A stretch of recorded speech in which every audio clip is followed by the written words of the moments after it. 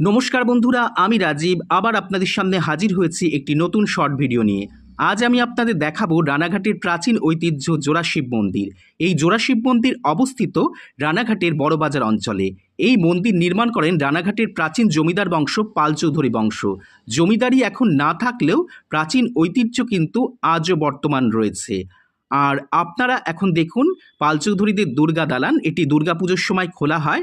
আর তার ঠিক পাশেই রয়েছে এই জোড়া শিব মন্দির। তো আপনারা এখন দর্শন করুন জোড়া শিব মন্দিরের শিবলিঙ্গ।